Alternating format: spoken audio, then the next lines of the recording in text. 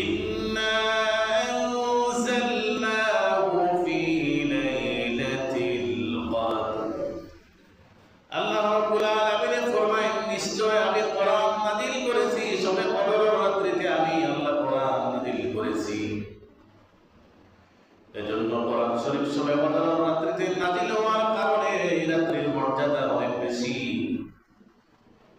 কোরআন নাযিল হওয়ার কারণে এই মাসে কোরআন নাযিল হওয়ার কারণে এই মাসটার মর্যাদা আল্লাহর কাছে অনেক বেশি।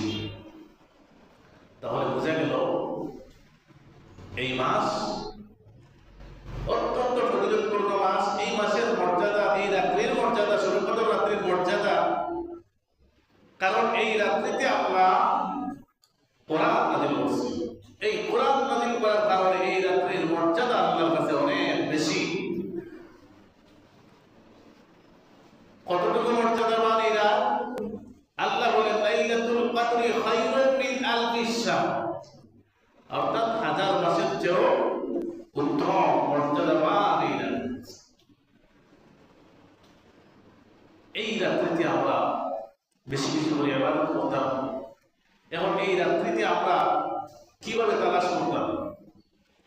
আমরা এই শেষ দশকের মানে বলো আগামীকালকে যে রাত্রে আসছে সামনে, যে রায়টা আমরা সামনে, এই রায় হলো কি 21 তারিখ বেজুড়া রায়।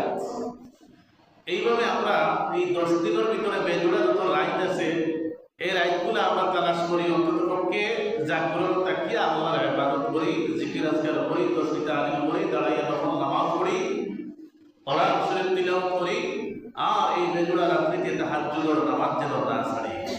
তাহলে ওই কবিতা লাভ, এখানে লাভ হইল যদি আমরা এই বেজুড়া প্রত্যেকটা রাত্রি যদি আমরা তালাশ করি আর জাগ্রতকে যদি ইবাদত করতে যদি খাটাই নিতে পারি, আল্লাহর খুশি করে নিতে পারি, তাহলে আমার জীবন সার্থক, আমার জীবন সার্থক।